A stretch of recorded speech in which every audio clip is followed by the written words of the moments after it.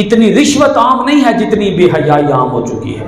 اور بندہ مومن بے نمازی کیوں ہو گیا، آخرت کے غم سے کیوں آزاد ہو گیا؟ اس کی صرف ایک وجہ ہے کہ ہمیں عورت کے حسن کے پیچھے لگا دیا گیا ہے۔ آپ یقین جانیں اس قرآن پاک کی تلاوت شروع کریں، اس کو سمجھ کر پڑھنا شروع کریں، پھر آپ کو عورت کا حسن حسن نہیں لگے گا، آپ کو آخرت کا حسن حسن لگے گا۔ آپ کو نہیں معلوم اللہ خود کتنا حسین ہے، رسول پاک صلی اللہ علیہ وآلہ وسلم خود کتنے حسین ہیں۔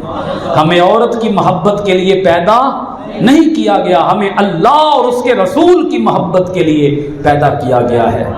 ہاں، بیوی کے ساتھ نکاح کرو، اس بیوی کے ساتھ محبت کرو، اس بیوی کے ساتھ مرتے دم تک وفا کرو، اور مرد بیوی کے حقوق ادا کرے، بیوی مرد کے حقوق ادا کرے۔ یہ اسلام نے ایک فطری راستہ عطا کیا ہے۔